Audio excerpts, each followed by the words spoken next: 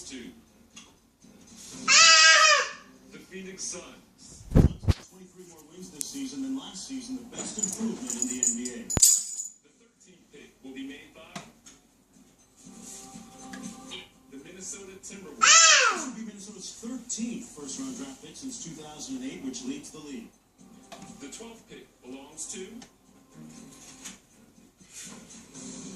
the Orlando Magic. The Nuggets obtained this pick from the Knicks, and it now goes to Orlando as part of the Dwight Howard trade.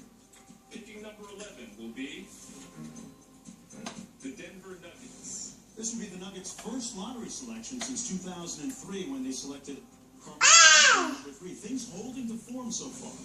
The 10th pick will go to the Philadelphia 76ers. This pick, but because they are not in the top 5, it goes to Philadelphia as part of the Drew